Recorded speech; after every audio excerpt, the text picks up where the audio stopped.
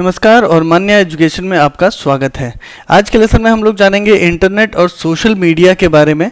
ये हमारा सूचना एवं संचार प्रौद्योगिकी यूनिट चल रहा है जो कि MPPSC 2020 प्रिलिमिनरी एग्ज़ाम स्पेशल है। तो इससे पहले कि हम लोग इंटरनेट और सोशल मीडिया के बारे में ये चर्चा शुरू करें, मैं आपसे रिक्वेस्ट करना चाहूँगा कि यदि हमारे चैनल को आपने अभी तक सब्सक्राइब नहीं किया है तो कृपया हमारे चैनल को सब्सक्राइब जरूर करिएगा। तो आइए जानते हैं हम लोग इंटरनेट और सोशल मीडिया के बारे में। पहले हम लोग जान लेते हैं कि इंटरनेट क्या है। एक सिंपल शब्दों में कहा जाए तो इंटरनेट जो है वो नेटवर्क का नेटवर्क है, बहुत सारे नेटवर्क्स का नेटवर्क है ना, नेटवर्क ऑफ नेटवर्क्स कहा जाता है इसको। तो इंटरनेट एक दूसरे से बड़ी संख्या में जुड़े कंप्यूटरों का जाल है। एक बड़ी संख्या में कंप्यूटर जुड़े हुए हैं एक दूसरे से और यह जाल जो है वो इंटरनेट कहलाता है। अब ये बड़ी संख्या का क्या मतलब हुआ? बड़ी संख्या का मतलब है कि बहुत ही ज़्यादा पूरे दुनिया भर के अधिकतर कंप्यूटर्स जो हैं वो इंटरनेट से जुड़े हुए हैं। सूचनाओं के आदान प्रदान के लिए विभिन्न प्रोटोकॉल्स के माध्यम से कंप्यूटरों के बीच स्थापित संबंध को इंटरनेट कहते हैं। और थोड़ा सा आप स्पेसिफिक डेफिनेशन चाहते हैं तो क्या हुआ कि इंटरनेट क्या हो गया? सूचनाओं का आदान प्रदान करने के लिए बहुत सारे प्रोटोकॉल्स के माध्यम से कंप्यूटरों के बीच स्थापित संबंध, ये इंटरनेट हो गया। ठीक है, इंटरनेट विश्व का सबसे बड़ा नेटवर्क है, दुनिया का सबसे बड़ा कंप्यूटर नेटवर्क है, दुनिया का सबसे बड़ा कम्युनिकेशन नेटवर्क है। ठीक है, इसे नेटवर्क ऑफ नेटवर्क्स भी कहा जाता है। ये जरूर याद रखिएगा, इंटरनेट क्या है? सिंपल शब्दों में नेटवर्क ऑफ नेटवर्क्स। ठीक है, तो ये इंटरनेट की डेफिनेशन हम लोगों ने जान ली। कुछ तथ्य जान लेते हैं जो कि बहुत इंपॉर्टेंट होंगे कॉम्पिटिटिव एग्जाम्स के हिसाब से देखा जाए तो। पहली चीज तो यह है कि इंटरनेट की अवधारणा विकसित करने का श्रेय जिस व्यक्ति को जाता है उनका नाम है लियोनार्ड लिनरॉक। ठीक है, 1969 में अर्पानेट अस्तित्व में आया था जो कि दुनिया का पहला नेटवर्क था। ठीक है, और इसमें टेलनेट का उपयोग होता था। टेलीकम्युनिकेशन नेटवर्क का शॉर्ट फॉर्म है टेलनेट, जिससे फाइल्स जो है एक कंप्यूटर से दूसरे कंप्यूटर पर ट्रांसफर कर सकते थे। 1971 में रे टॉमलिंसन जो थे, इन्होंने ईमेल का विकास किया जिससे हम अपने संदेश एक कंप्यूटर से दूसरे कंप्यूटर पर दे सकते थे। ये जो है दो चीजें, जो फाइल को ट्रांसफर करने के लिए और ईमेल लिखने के लिए, ये बहुत बड़ी जो इन्वेंशंस इंटरनेट की दुनिया में मानी जाती हैं। आज के डेट में आप देखें कि पूरी दुनिया जो है वो इनके बाद बदल सी गई है। 1989 में sir Timothy Tim Berners Lee, जो कि बहुत बड़ा नाम है इंटरनेट की दुनिया में, इन्होंने वर्ल्ड वाइड वेब बनाया। तो वर्ल्ड वाइड वेब बनने के बाद क्या हुआ? वेबसाइट्स बननी चालू हो गई। इससे पहले वेबसाइट्स नहीं होती थी। इससे पहले जो होता था कि वो कंप्यूटर आपस में जोड़ दिए जाते थे और उनके अंदर जो भी फाइल्स होते थे फाइल्स को आदान प्रदान कर सकते थे। लेकिन वर्ल्ड वाइड वेब का आविष्कार होने से क्या हुआ? वेबसाइट्स बननी चालू हुई, फिर सर्वर्स रखे जाने लगे, फिर कंपनीज ने अपनी वेबसाइट बनाना चालू की। फिर वेबसाइट जो है वो क्लाइंट और सर्वर के बीच में संबंध स्थापित करती थी। अब क्लाइंट जो है वो किसी डेटाबेस को एक्सेस कर सकता था, अपनी सूचना यूज़र तक तो पहुंचाता ही था, साथ में यूज़र से इनपुट ले सकता था, यूज़र को अपना आउटपुट शो कर सकता था। तो बहुत सारी चीज़ें जो है वो संभव हो गई। तो वर्ल्ड वाइड वेब जो है इंटरनेट की दुनिया का सबसे बड़ा आविष्कार माना जा सकता है, www। और यदि किसी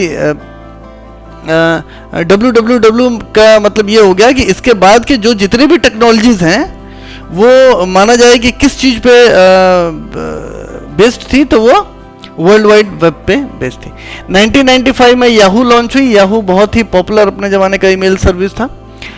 14 अगस्त 1995 को VSNL विदेश संचार निगम लिमिटेड भारत में इंटरनेट की सेवा शुरू की थी। कब? 14 अगस्त 1995, ये डेट याद रखिएगा। 1996 में सबीर भाटिया ने और जैक स्मिथ ने इन्होंने हॉटमेल का विकास किया था। सबीर भाटिया का नाम हो सकता है आप लोगों ने सुना हो। सबीर भाटिया जो थे एक कंप्यूटर इंजीनियर थे भारत के, जिन्होंने हॉटमेल का विकास किया था, जिसे बाद में माइक्रोसॉफ्ट ने खरीद लिया था। 4 सितंबर 1998 को लैरी पेज और सर्जी ब्रिन, इन्होंने गूगल का आविष्कार किया था, गूगल लॉन्च किया था। इन दोनों का नाम जरूर याद रखिएगा और ये डेट याद रखिएगा, बहुत ही इंपॉर्टेंट है ना, लैरी पेज और सर्जी ब्रिन। और डेट कब गूगल लॉन्च हुआ था? 4 सितंबर 1998 को। फरवरी 2004 को मार्क जुकरबर्ग द्वारा फेसबुक लॉन्च किया गया था। फरवरी 2004 में फेसबुक लॉन्च करने वाले कौन थे? Mark Zuckerberg. 21 मार्च 2006 को ट्विटर लॉन्च हुआ था। ठीक है, इसके फाउंडर्स कौन थे? जैक डॉर्सी, बिल स्टोन, नोआ ग्लास, इवान विलियम्स। ठीक है, तो ट्विटर लॉन्च हुआ 21 मार्च 2006 को। व्हाट्सएप जो है वो जनवरी 2009 में लॉन्च हुआ। किसने किया? जैन कॉम और ब्रायन एक्टन।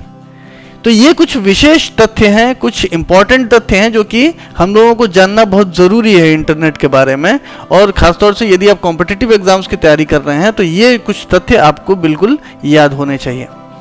अब वेब पेज www की बात की हम लोगों ने, और ये हम लोगों ने जाना कि www आने के बाद अधिकतर जो टेक्नोलॉजीज हुई हैं वो इसी के को आधार मान के आगे की टेक्नोलॉजीज बढ़ी हैं।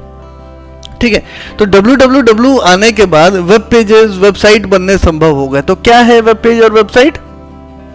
वेब पेज एक इलेक्ट्रॉनिक पेज होता है जो कि HTML एक हाइपर टेक्स्ट मार्कअप लैंग्वेज होता है, इसमें इसकी कोडिंग होती है। ठीक है, तो वह इलेक्ट्रॉनिक पेज होता है जिस पर इंफॉर्मेशन लिखी होती है जो इंटरनेट के माध्यम से देखी जा सकती है, वेब पेज कहलाती है। जैसे आपने ये कोई वेबसाइट ओपन किया, ये पेज खुला, तो ये पेज क्या कहलाएगा? Web page. ठीक है, ये पेज कहलाएगा वेब पेज। अब वेबसाइट क्या हुई फिर? तो कई वेब पेजेस का समूह हो गया जिनमें आपस में वेब पेजेस जो है वो हाइपरलिंक से जुड़े होते हैं, और वेबसाइट का एक विशेष नाम होता है, जैसे facebook.com। तो जैसे किताबों में बहुत सारे पेजेस होते हैं और किताब का एक नाम होता है, उसी प्रकार से वेब पेजेस बहुत सारे जब मिला लिए जाए तो एक वेबसाइट बनती है, और इस वेबसाइट का एक नाम होता है जिस नाम से हम ब्राउजर में उस वेबसाइट को खोलते हैं, और वो वेबसाइट खुलने के बाद उसके अंदर की सारी जो वेब पेजेस हैं वो कहीं ना कहीं उसका लिंक मिल जाएगा आपको, लिंक पे क्लिक करके वो पेज खुल जाता है। तो ये हो गया वेब पेज और वेबसाइट। वेब पेजेस या वेबसाइट को खोलने के लिए आपको चाहिए इंटरनेट ब्राउजर, या जिसे वेब ब्राउजर भी कहा जाता है। तो वह एप्लीकेशन सॉफ्टवेयर जिससे जुड़कर वेबसाइट, ईमेल इत्यादि सेवाओं का उपयोग किया जा सकता है कहलाते हैं इंटरनेट ब्राउजर या वेब ब्राउजर। तो कुछ इंपॉर्टेंट इंटरनेट वेब ब्राउजर कौन कौन से हैं? इंटरनेट एक्सप्लोरर, ये देखिए कुछ फोटो भी लगे हुए हैं यहाँ पर ना। गूगल क्रोम, ये गूगल क्रोम हो गया। मोजिला फायरफॉक्स, ये मोजिला फायरफॉक्स हो गया। सफारी, ठीक है, ये सफारी हो गया। नेटस्केप, ये नेटस्केप हो गया। यूसी ब्राउजर, ये यूसी ब्राउजर। ठीक है, मैक्सथन हो गया।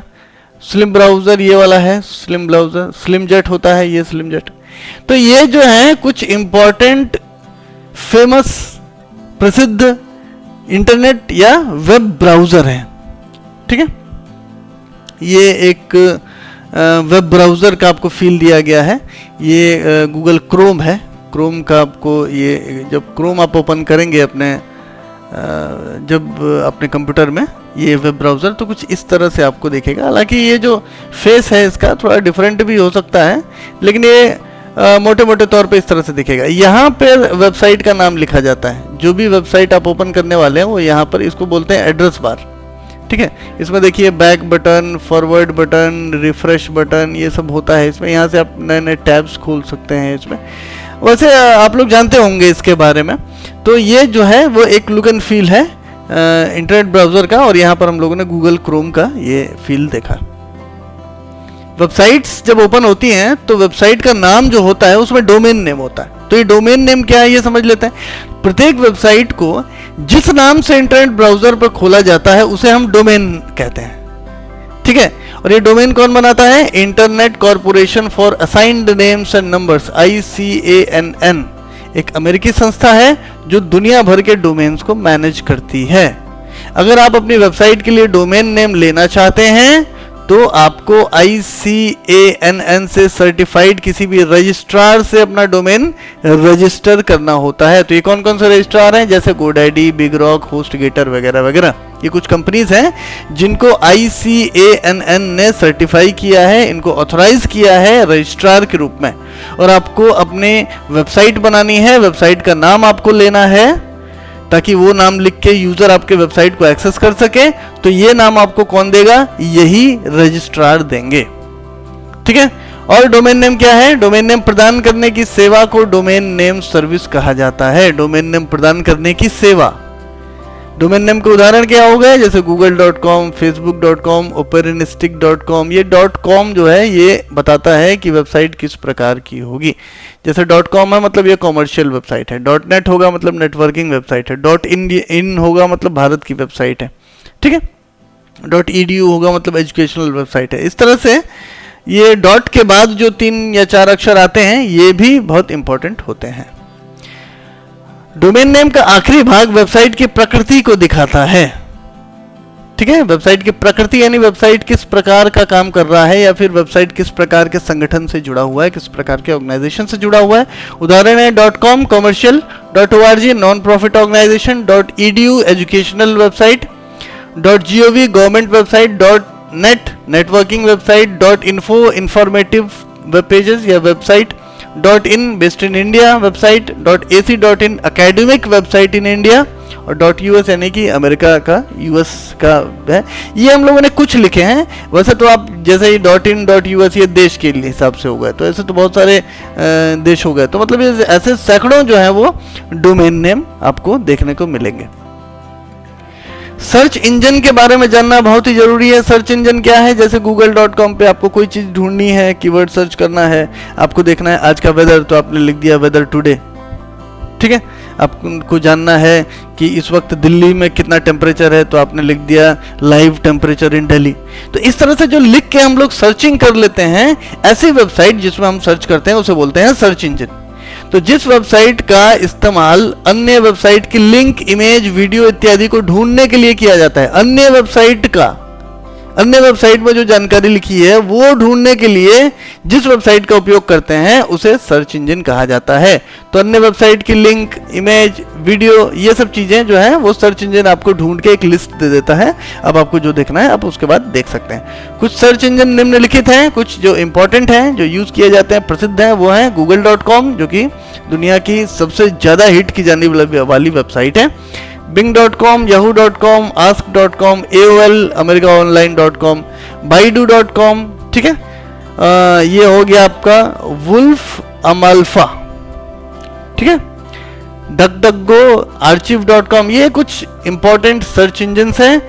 SEO और SMM के बारे में भी इतना जान ले। आप लोगों ने कई बार ऐसा सुना होगा, वेबसाइट को SEO कर रहे हैं, वेबसाइट का SMM कर रहे हैं।